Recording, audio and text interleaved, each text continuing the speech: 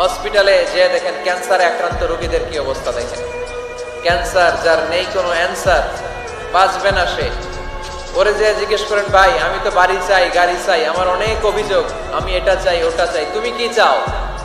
Cancer আক্রান্ত রোগীটা বলবে, আমি কিচ্ছু চাই না, আমি খালি বাঁচতে চাই। ক্যান্সার আক্রান্ত রোগীটা কি চায়? শুধু কি চায়? বাঁচতে চায়।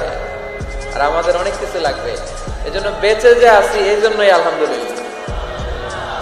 শ্বাস প্রশ্বাস যে নিতে পারতেছি, বেঁচে আছি, অনেক দিয়েছে প্রভু, আর কিছু লাগবে না, আলহামদুলিল্লাহ পড়েন।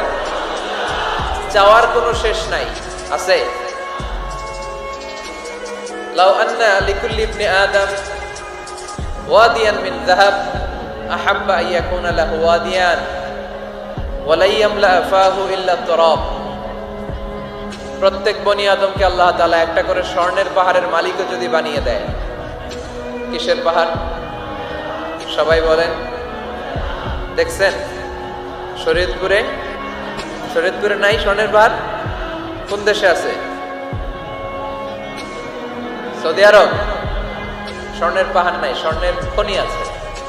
স্বর্ণের পাহাড় এই পৃথিবীতে হবে না, স্বর্ণের পাহাড় পাওয়া যাবে জান্নাতে, ঠিক কিনা? প্রত্যেককে যদি আল্লাহ একটা করে স্বর্ণের পাহাড়ের মালিকও বানিয়ে দেয়, তারা আরো একটা স্বর্ণের পাহাড়ের মালিক হতে চাইবে।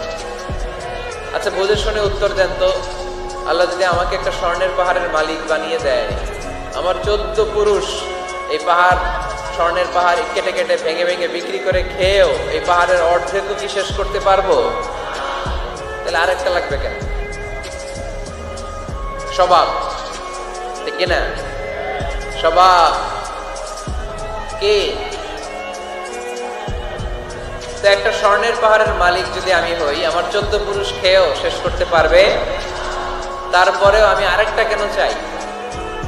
স্বভাব। আল্লাহর হাবিব বললেন এটা স্বভাব। ওয়ালা ইয়ামলা আফাহু ইল্লা তুরাব। কবরের মাটি ছাড়া কোনো কিছুই তার এই জিহ্বাটারে থামাতে পারবে। যার আছে যত বেশি, তার আরো চাই তত বেশি।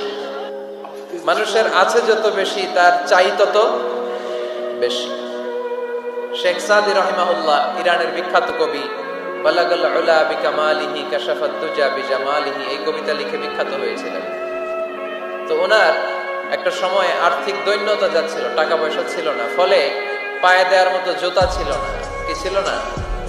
জুতা ছিল না। তো খুব আফসোস করে একদিন মনে মনে আল্লাহরে বলে, আল্লাহ আমি এত বড় কবি, আমার পায়ে দেওয়ার মতো জুতা নাই। আহা, আফসোস করে ঘর থেকে বের হয়েছে। বের হয়ে দেখে এক ভিক্ষুক ভিক্ষা করে, ওই ভিক্ষুকের 2টা পাই নাই।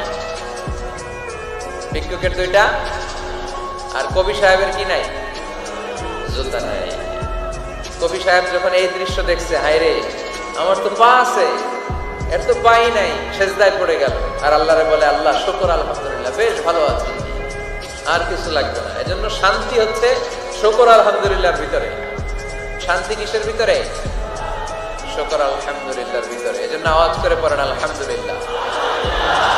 আপনার চাহিদার কোনোদিন শেষ হবে না। দেখবেন যার পা নাই, সে পা দেখে আফসোস করে, ইস লোকটা হেঁটে যায়, কি সুন্দর যায়, আমি তো হাঁটতে পারি না, যদি হাঁটতে পারতাম, যদি 2টা পা থাকতো। যার পা আছে, সে সাইকেলওয়ালাদেরকে দেখে আফসোস করে, ইস আমার যদি একটা সাইকেল থাকতো তাহলে তার হাঁটা লাগতো না, সাইকেল দিয়ে বাজারে যেতাম।